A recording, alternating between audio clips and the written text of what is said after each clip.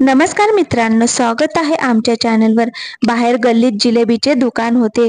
माझी बायको रोज तिथून मला एक जिलेबी खायला घालायची, त्यामुळे मला लगेच झोप यायची।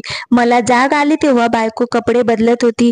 एके दिवशी मला संशय आला, जिलेबी खाण्याऐवजी मी गुपचूप बायकोच्या दुधात टाकली। ते प्यायल्यावर पत्नी लगेच झोपी गेली। तेवढ्यात कोणीतरी दार ठोठावले।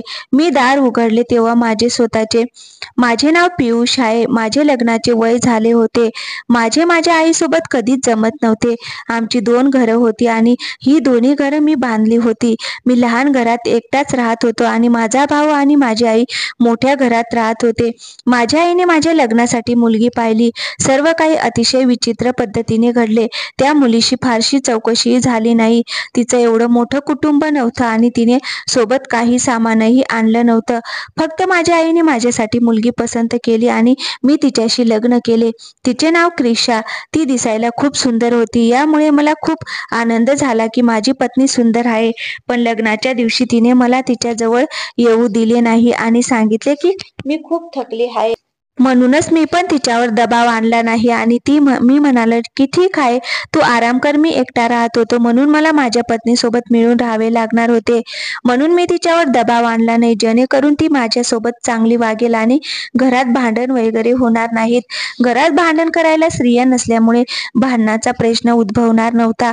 माझ्या आईसोबत पटत नसे, कारण एका रात्री मी माझ्या आईला माझ्या वडिलांची फसवणूक करताना पाहिले आणि तो माझ्या आईचा मानलेला भाऊ होता आणि माझे वडील बेडवर पडलेले होते। त्यावेळी मी 9 वर्षाचा होता आणि जेव्हा मला माझ्या आईचे घाणेरडे कृत्य कळले तेव्हा मी माझ्या नातेवाईकांना सांगण्याचा प्रयत्न केला, तेव्हा कोणीही माझ्यावर विश्वास ठेवला नाही। लोक म्हणाले की हा लहान मुलगा आहे, तो खोटे बोलत असेल। वडिलांनाही ते मान्य नव्हते, कारण प्रकरण खूप मोठे होते। त्यानंतर वडिलांनी हे जग सोडले आणि मी माझ्या आईशी बोलणे बंद केले। तिचे उपकार झाले की तिने माझे लग्न लावून दिले। मी तिच्याशी कोणतेही गैरवर्तन केले नाही। कधी कधी मी माझ्या नातेवाईकांसोबत तिला भेटल्यावर नमस्कार करायचो, पण मी तिच्यासोबत राहू शकत नाही, कारण ती चांगली बाई नाही हे मला माहिती होते। तिने आयुष्यभर माझ्या वडिलांना खूप त्रास दिला, म्हणूनच मला लग्नाची भीती वाटत होती। मी एक पुरुष होतो, पण मला माहिती होते की जेव्हा एखादी स्त्री आपल्या आयुष्यात येते तेव्हा आपल्याला तिच्यासोबत असायला हवे आणि जर ती खुश नसेल तर आपण पण आनंदी राहू शकत नाही। त्यामुळे तुम्हाला तिला खुश करावे लागेल आणि स्त्रीला आनंदी ठेवणे सोपे काम नाही।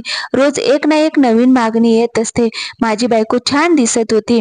माझ्या मित्रांनी मला सांगितले की जर तुझ्या मनात अशा गोष्टी असतील की पहिल्या दिवसापासूनच तू तुझ्या बायकोवर वर्चस्व गाजवू शकतोस, तर तू तिच्या मागे फिरू नकोस। पहिल्याच दिवसापासून तिला दाखव की तुला खूप राग येत आहे। आज जा आणि काहीतरी तोडून टाक किंवा फोनवर कोणाशी तरी बोल की तू माझ्यासाठी हे का केले नाहीस, मी तुला मारून टाकेल। तुला माहित नाही मी खूप रागीट माणूस आहे, पण मी असा माणूस कधीच नव्हतो। मग अभिनय करून काय मिळणार? म्हणूनच मी माझ्या पत्नीसमोर असे कोणतेही कृत्य केले नाही। उलट तिने जे सांगितले ते मी केले।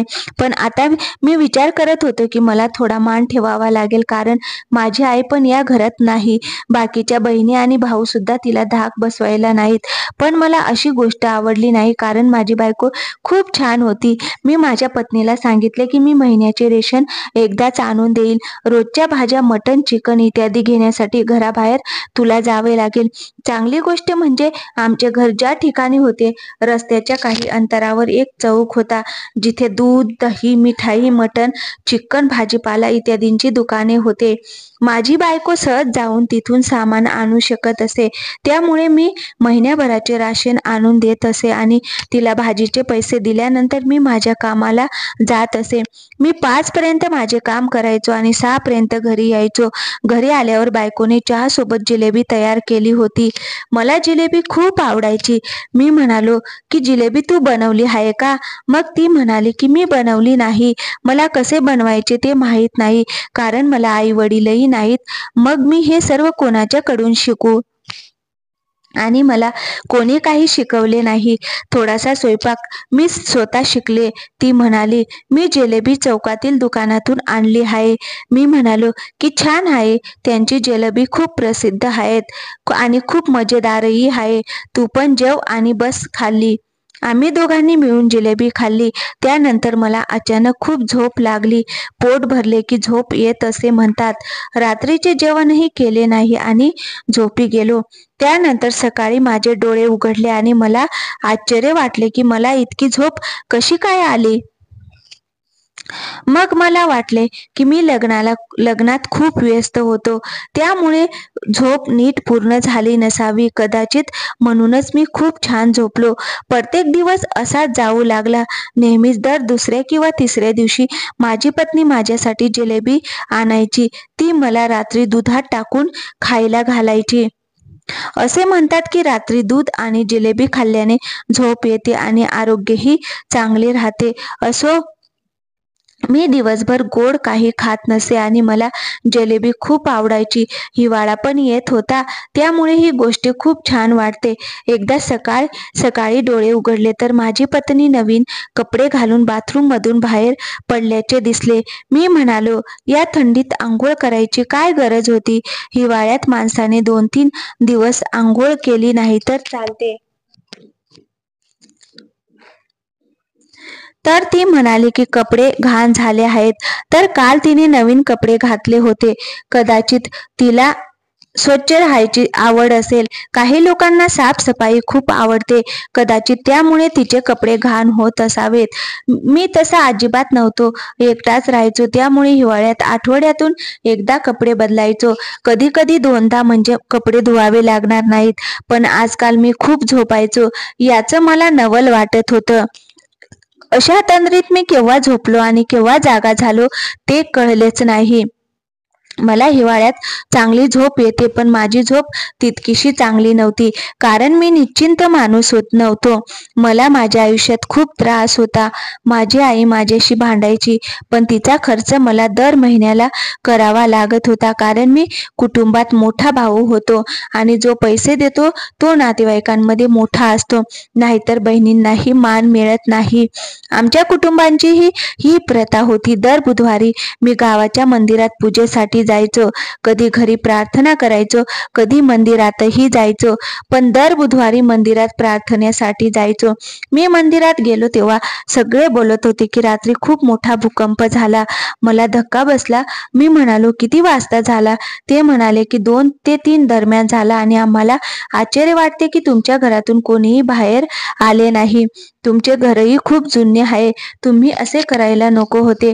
तुमच्यावर छप्पर पडले असते. तर तो इतका जोरदार होता की सर्व गावकरी बाहेर पडले. 1 तास देवाचे नामस्मरण करत राहिले आणि तुमच्या घरातून कोणीही बाहेर पडले नाही.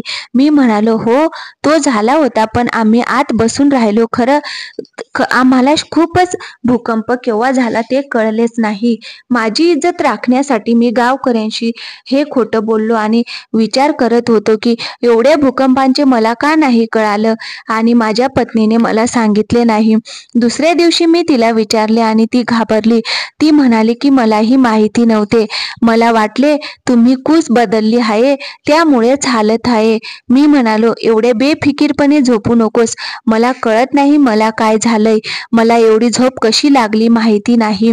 हे घर खूप जुनं आहे. तुर्तास मी तुला या घरात ठेवू शकतो. अशी काही शंका असेल तर लगेच बाहेर जा आणि मला उठव, नाहीतर हे घर आपल्यावर कोसळेल. बायको म्हणाली, ठीक आहे, मी पण तेच करेन. पण आश्चर्य वाटले की हे काय चालले आहे. माझी पत्नी बदलू शकली नाही. आठवड्यातून 2 दिवस मशीन वापर चालू होता. विजेचे बिल आले तेव्हा मला धक्काच बसला. बायको आल्याने वीज बिल जास्त येणार हे माहिती होतं, पण इतकं येणार हे माहिती नव्हतं. मी म्हणालो की तू रोज कपडे बदलते आणि हे कपडे धुत राहते, त्यामुळे वीज बिल जास्त येते. मी कपडे हाताने धुत जाईल असे म्हणाली आणि विचित्र चेहऱ्याने आत गेली. मी म्हणाले, कपडे सारखे धुवायला लागतील, इतके कपडे बदलू नको. बाय द वे, इतके कपडे बदलायची काय गरज आहे? मला तू नीटनेटके आणि स्वच्छ वाटतेस, तरी जेव्हा मी डोळे उघडतो तेव्हा तू कपडे बदलतेस. मी नेहमी माझ्या घरी हेच करायची. ती म्हणाली, मला ही सवय आहे. असं लग्नानंतर काही सवयी बदलायला हव्यात. तू पण तुझी सवय बदल आणि आता भविष्यात तू मला हे सगळं करताना दिसणार नाही. अशा प्रकारे वारंवार धुतल्याने कपडे देखील खराब होतात आणि मी तुला महिन्यासाठी सूट आणू शकतो. माझ्या मते वर्षातील 12 सूट पुरेसे आहेत. 6 हिवाळे आणि 6 उन्हाळ्यासाठी माझी पत्नी म्हणाली की ते पुरेसे आहे. तसे या प्रकरणात देखील कदाचित मी खूप बोललो आहे. जर मी तिला वर्षातून 6 सूट आणू शकलो असतं तर ते पुरेसे होते, पण मी तसा माणूस नव्हतो. महिलांना कपडे घालण्याची आवड असते, त्यामुळेच मला माहिती होतं ती घरची सगळी कामं करायची, माझ्यासाठी जेवण बनवायची, जिलेबी आणायची. ती माझ्या आवडीनिवडीची काळजी घेत असे, त्यामुळे मी तिच्यासाठी एवढेच करू शकतो. मी कंजूस माणूस नव्हतो. लोकांच्या म्हणण्यानुसार माझी कमाई चांगली होती, मी चांगले जगू शकत होतो, परंतु मला घरी परत काही पैसे द्यावे लागायचे आणि कधी कधी मला घरून फोन यायचा की आता इलेक्ट्रिकलचं काम करावे लागेल, तू कोणाला तरी घेऊन ये. आणि जेव्हा माणूस येत असे मी त्याला पैसेही द्यायचो. मला आश्चर्य वाटले की मी वेगळा होतो आणि घराचा खर्चही मी चालवत होतो. माझ्या आईला मी या घरात राहावे असे वाटत नव्हते आणि मलाही राहायचे नव्हते. या विषयावर कुटुंबात चर्चा व्हायची. लोक मला म्हणायचे की हा आईचा शत्रू आहे, त्याची आईशी वैर आहे, कारण पालक वाईट असू शकत नाहीत. त्यांना काय वाटतं माहीत नाही. मुले नेहमीच वाईट असतात का? आई वाईट असू शकत नाही, वडील असू शकत नाहीत. आई वडीलही माणसेच असतात आणि माणूस कधीही चांगला किंवा वाईट असू शकतो. चूक कोणाकडूनही होऊ शकते. मुलाकडून चुका होऊ शकतात तर पालकही चुका करू शकतात. पण मला माझी झोपेची समस्या समजत नव्हती. लग्न झाल्यापासून माझ्यासोबत हे घडत होतं. हे सर्व काय होते माहिती नाही. आमच्या लग्नाला 20 दिवस झाले होते. एक दिवस नातेवाईक आम्हाला आमच्या घरी भेटायला आले होते. ती गेल्यावर माझी पत्नी म्हणाली की स्त्रिया खूप विचित्र असतात. ती मला विचारत होती की तू आई होणार आहेस का? इतक्या लवकर कोणी आई होऊ शकते का? आमच्या लग्नाला 20 दिवसही झाले नाहीत. माझ्या बायकोला खूप राग येत होता. मी तिला पहिल्यांदा एवढ्या रागात पाहिले होते. मी म्हणालो की तिने विचारले तर काय झाले? इतकी काळजी करायची काय गरज आहे? हे लोक लग्नानंतर विचारतातच. ती म्हणाली हो, आधी ते मुलीला विचारत राहतात की ती शिकली आहे की नाही, मग लग्न झाले की नाही असे विचारतात. लग्न झाले तर मुलगा झाला की नाही हे विचारले जाईल. मुलगी झाली तर म्हणतात मुलगा कधी होणार? जग स्त्रियांच्या मागे लागते. मी म्हणालो रागावू नकोस. माझ्या बायकोचा मूड खूप खराब होता. लग्न झाल्यापासून तिला बाहेर नेले नाही. आज सुट्टी होती. मी म्हणालो चल तुला बाहेर कुठेतरी घेऊन जातो. आम्ही बाहेर पडलो. चौकातून जाताना सर्वजण माझ्या बायकोकडे मोठ्या आश्चर्याने बघत होते. हे पाहून मला आश्चर्य वाटले. त्या लोकांना काय झाले होते माहीत नाही. आज मी माझ्या पत्नीसोबत पहिल्यांदाच घराबाहेर पडलो. सर्वजण माझ्या बायकोकडे एकटक पाहत असल्याचे मला दिसत होते. माझी पत्नी सुंदर आहे हे मान्य केले. खरे तर तिने तिचा स्कार्फ तसेच पदर घेतला होता, पण लोकांच्या नजरा तिच्या भोवती फिरत होत्या. पण आमचा दिवस खूप छान गेला आणि आयुष्य पण खूप छान चाललं होतं. मी माझ्या बायकोला सांगितले की रोज अंघोळ करू नकोस आणि रोज कपडे बदलू नकोस. पण एके दिवशी माझे डोळे उघडले तेव्हा ती सकाळी अंघोळ करून पुन्हा बाहेर आली. तिने बदललेला सूट तिच्याच हातात होता.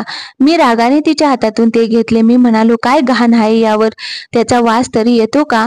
मग ती पुन्हा कपडे बदलायला गेली. मी तिचे कपडे काळजीपूर्वक पाहिले. मी तिच्यासाठी बनवलेले कपडे धुतल्यानंतर खराब झाले होते, कारण वधूचे कपडे महाग असतात, जे असे वारंवार धुतल्यामुळे ते खराब होतात. त्याचे सगळे मोती पडले होते आणि आज संध्याकाळी लग्नाच्या मेजवानीला जायचे होते. मी म्हणाले की तू आजारी आहेस असे वाटते. आईने मला वेड्या मुलीच्या स्वाधीन केलं आहे. धुवून सगळे कपडे खराब केलेत. संध्याकाळी काय घालणार? मी तुला नवीन कपडे घेऊ शकत नाही, त्यासाठी किमान 5,000 लागतात. ती म्हणाली की मी यापैकी कोणतेही कपडे घालेन. मी म्हणालोय जे काम तुला पुन्हा पुन्हा करायला मनाई केली होती ते का करत आहेस? आपले लग्न झाल्यापासून मी तुझं म्हणणं ऐकले, पण आता हे सगळं चालणार नाही.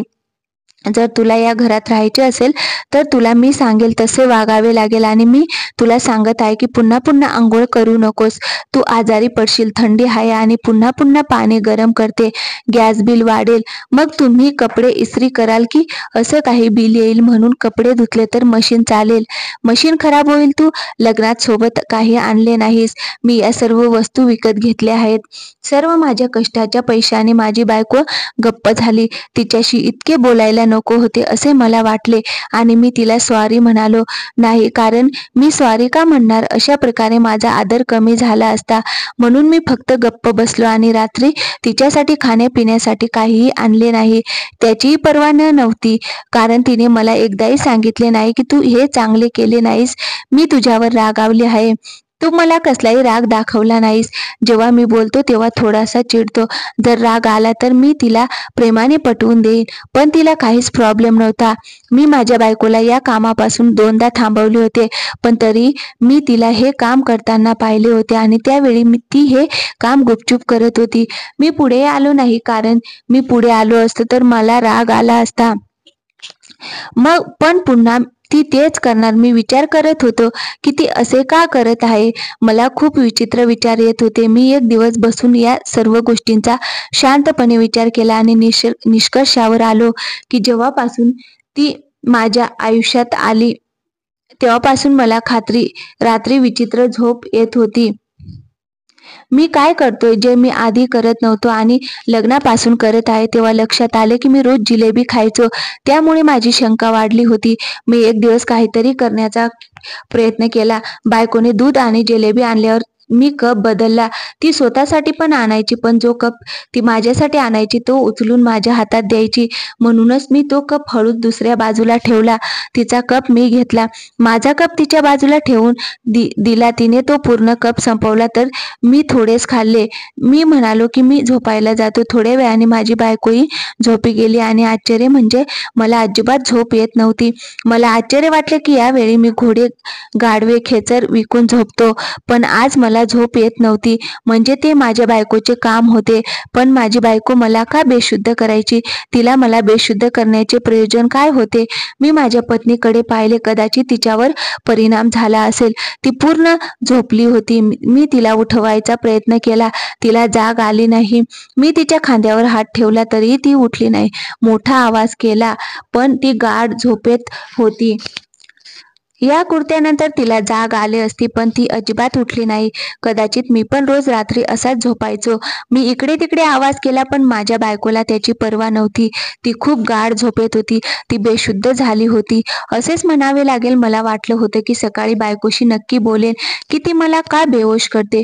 तिचं मन वाईट नाही की ती वेडी नव्हती. या कृतीचा अर्थ काय? मी तिच्या जवळ जाऊ नये म्हणून ती मला बेहोश करत तर नाही ना? आमच्या लग्नामुळे तिला काही त्रास होत असेल तर मी तिला सोडले असते. मी खूप रागावलो होतो. थोड्या वेळाने दारावर कोणीतरी हळू आवाजात ठोठावल्याचे ऐकले.